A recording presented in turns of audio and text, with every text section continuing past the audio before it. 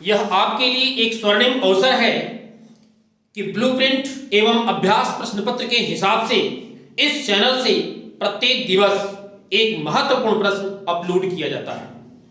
आपको चाहिए कि इस चैनल को सब्सक्राइब कर इस चैनल पर अपलोड सभी महत्वपूर्ण वीडियो आप ध्यान से देखें ताकि आप बोर्ड परीक्षा में अच्छा से अच्छा अंक अर्जित कर पाए। आइए आज देखिए आपके एनसीईआरटी एक्सरसाइज 10.2 का क्वेश्चन नंबर 6 जो कि आपके परीक्षा में 3 नंबर का प्रश्न बनता है। तो आइए देखें क्वेश्चन क्या कहता है।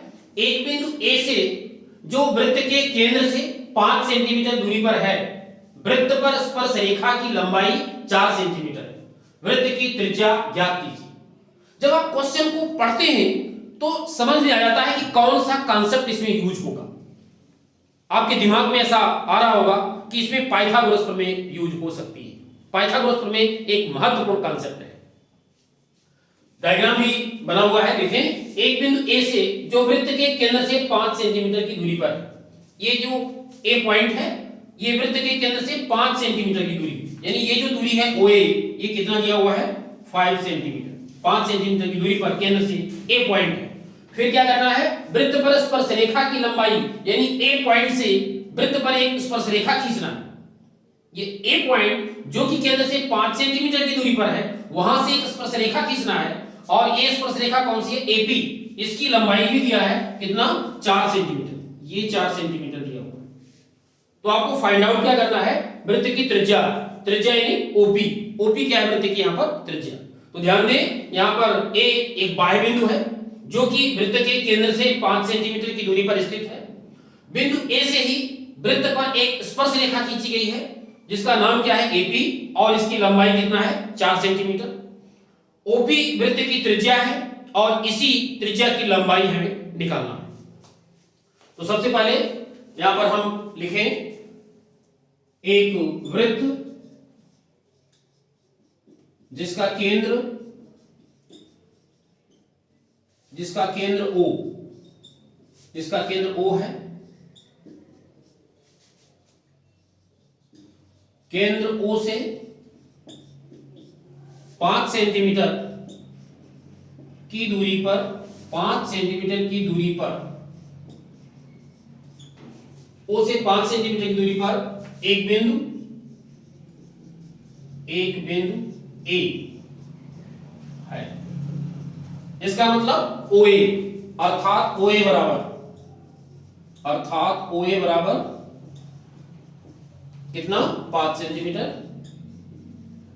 इसके बाद ए से स्पर्श रेखा खींची गई है, यहां पर लिख दें स्पर्श रेखा एपी।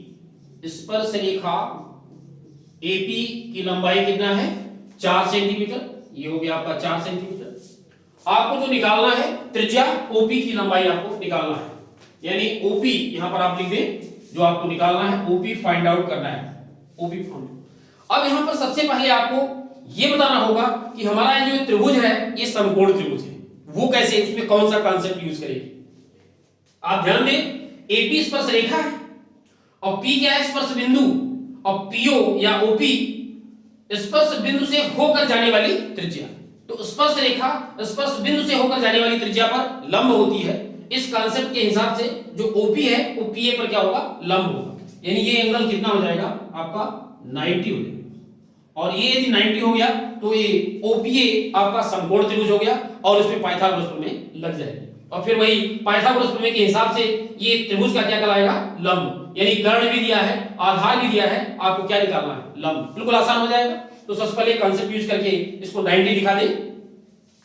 यानी चूंकि स्पर्श रेखा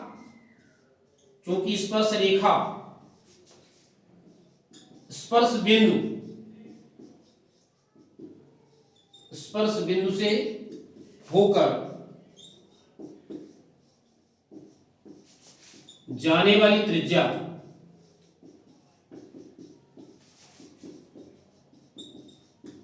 त्रिज्या पर लंब होती है,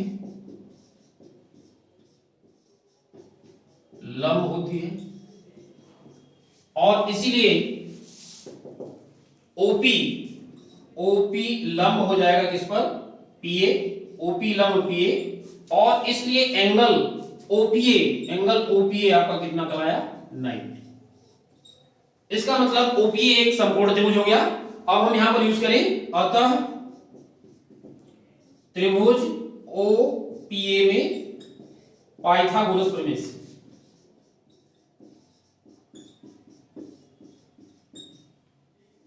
पाइथागोरस प्रमेय लगा दें।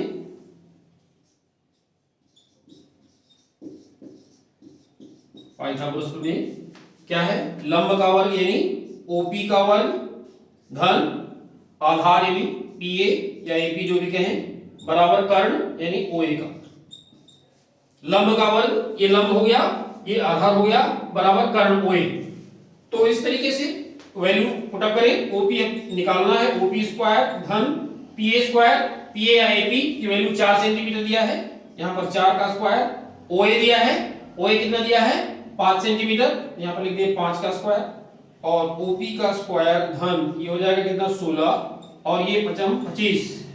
और इस तरीके से ओपी स्क्वायर बराबर कितना? 25 माइनस 16 प्लस 16 का ट्रांसफर कर दें और ओपी स्क्वायर ये 9 हो गया, 9 घटा लें और ओपी 9 का वर्गमूल कितना हो जाएगा? 3। तो ओपी की वैल्यू कितनी होगी? 3। इसका मतलब वृत्त की त्रिज्या, लास्ट में आपको आंसर लिखना आवश्यक है। अतः वृत्त की त्रिज्या, अतः वृत्त की त्रिज्या बराबर कितना? 3 सेंटीमीटर। ये आपका आंसर। ये इस तरीके से बिल्कुल आसान प्रश्न है। जरूरत इस बात की है कि आप वीडियो को ध्यान से देखें और एक बार कॉपी पर कर लें, तो निश्चित रूप से आप परीक्षा में हल कर जाएंगे और आपको पूरा 3 नंबर मिलेगा। तो कैसा लगा ये वीडियो? यदि आपको ये वीडियो अच्छा लगा हो तो वीडियो को लाइक करना न भूलें, चैनल को सब्सक्राइब करें, बेल आइकन को प्रेस करके ऑल बटन को क्लिक करें और चैनल से जुड़े रहें। मिलते हैं फिर इसी प्रकार के एक महत्वपूर्ण प्रश्न के साथ एक महत्वपूर्ण वीडियो में। तब तक के लिए धन्यवाद।